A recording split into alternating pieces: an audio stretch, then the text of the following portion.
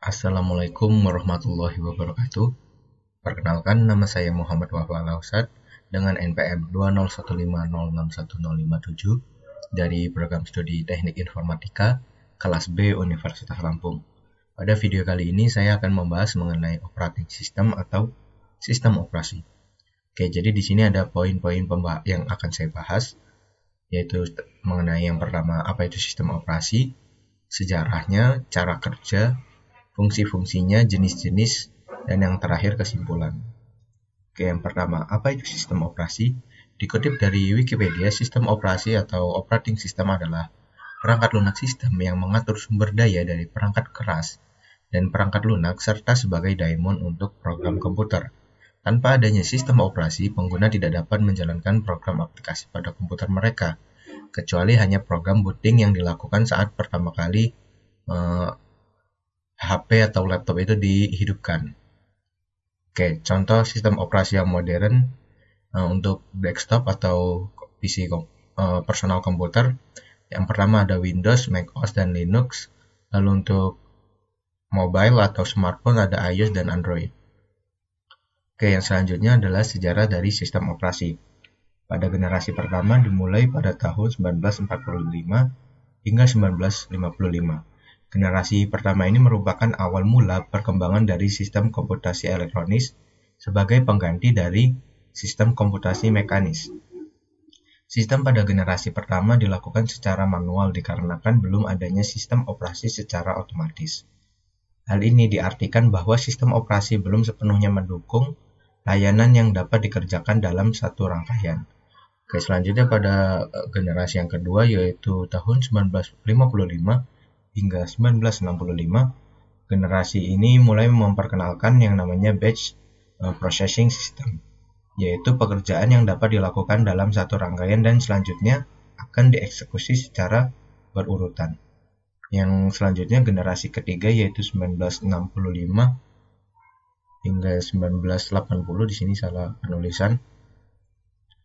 Pada generasi ini perkembangan sistem operasi sudah mencapai teknologi di mana dalam satu waktu dapat melayani banyak pengguna. Pengguna-pengguna interaktif akan melakukan komunikasi dengan komputer melalui terminal secara online ke satu komputer. User dapat berkomunikasi melalui terminal secara daring ke komputer yang lain, sehingga dengan ini generasi ketiga dari sistem operasi dapat dikatakan sebagai multi-user serta multi-programming. Artinya, sistem operasi ini memiliki kemampuan komputer yang dapat melayani tugas sekaligus dalam satu waktu, atau yang biasa disebut dengan multitasking. Oke, yang selanjutnya generasi yang keempat itu dari 1980-an hingga pasca 1980-an. Generasi keempat ini dikembangkan dengan diperkenalkannya Graphic User Interface atau GUI yang memiliki tampilan bermodalkan mouse, di mana end user dapat menjalankan software maupun aplikasi pada komputer. Nah, generasi ini ditandai juga dengan adanya perkembangan komputer pribadi serta teknologi jaringan. Yang selanjutnya generasi dari tahun 2000 hingga sekarang, yang ini generasi sekarang. Sistem operasi memperkenalkan sebuah sistem yang berada dalam suatu sistem operasi. Generasi ini juga memperkenalkan adanya sistem operasi yang bergerak pada perangkat Pocket PC, PDA, ponsel cerdas, dan sebagainya. Teknologi jaringan yang digunakan dalam sistem ini bersifat virtual, sehingga dalam sebuah jaringan hanya akan diunduh satu buah sistem operasi ke dalam device yang berfungsi sebagai server. Generasi selanjutnya, sistem operasi juga telah memperkenalkan adanya cross-platform operating system yang berfungsi dapat menggabungkan dua sistem operasi yang berbeda sekaligus, contohnya Linux dengan Windows. Oke, yang selanjutnya ada bagaimana cara kerja sistem operasi. Jadi kan sistem operasi ini berkaitan erat dengan perangkat keras atau hardware yang akan melakukan segala macam aktivitas dari keyboard hingga mouse, layar, serta perangkat penyimpanan. Sistem ini akan menangani seluruh perangkat untuk input data maupun output dan perangkat keras yang ikut tergabung ke dalam sistem memiliki peran yang sangat penting dan memiliki hubungan yang erat dengan sistem operasi. Tanpa adanya sistem operasi, maka sistem dalam komputer tidak akan berjalan dengan lancar dan perangkat keras hanya akan dianggap sebagai benda mati. Pada prosesnya, cara kerja sistem operasi yaitu apabila komputer pertama kali dihidupkan, maka hal tersebut secara langsung akan memberikan sinyal ke sistem operasi yang disimpan melalui RAM di hard disk. Kemudian bagian dari sistem operasi akan secara otomatis melakukan tugas untuk berkomunikasi dengan hardware dan kegiatan tersebut bernama kernel. Lalu bagian sistem operasi yang terhubung dengan pengguna atau user interface yang disebut sebagai shell akan dapat menampilkan hasil layar ke monitor. Fungsi sistem operasi. Yang pertama yaitu menjalankan operasi dasar, fungsi utama yang merupakan fungsi utama dari sebuah sistem operasi.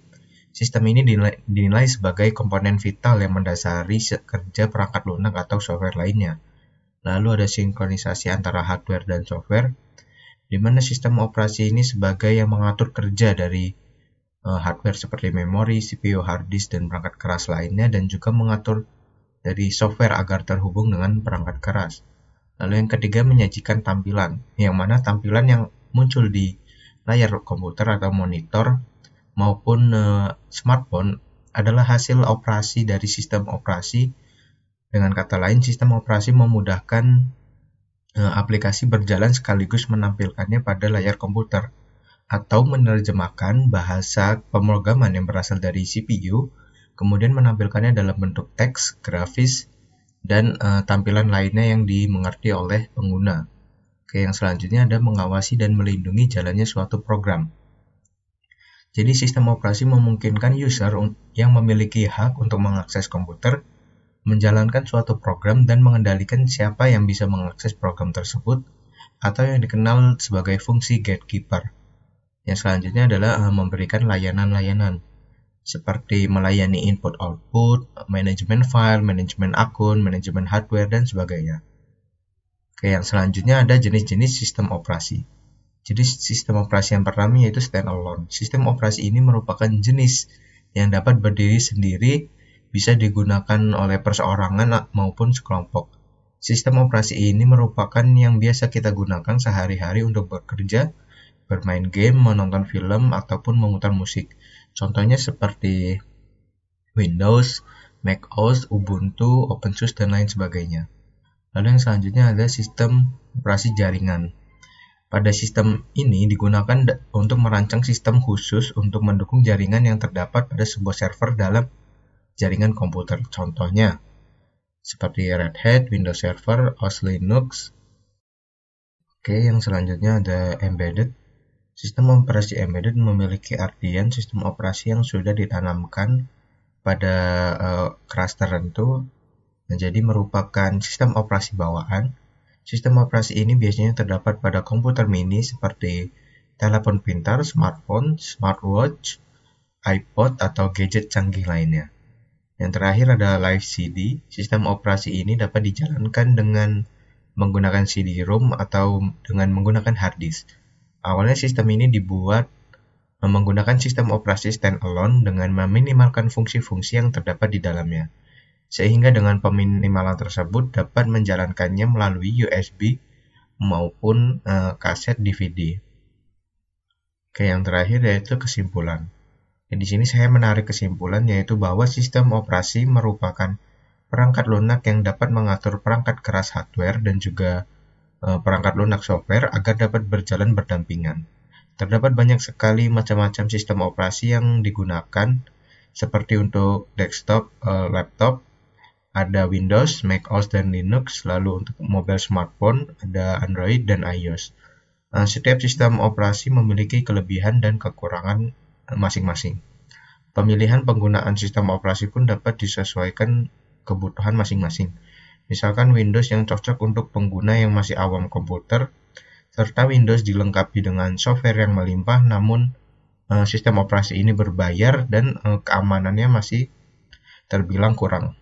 Adapun yang lainnya ya seperti Linux dan macOS, yang mana macOS sendiri harganya lebih mahal namun sistem keamanannya dapat terjamin, sedangkan Linux bersifat gratis open source, namun software-software atau aplikasi yang terdapat di dalamnya bersifat hanya sedikit saja. Oke, sekian dari saya. Terima kasih. Apabila ada kekurangan atau kesalahan harap diberitahukan. Oke, sekian dan terima kasih. Wassalamualaikum warahmatullahi wabarakatuh.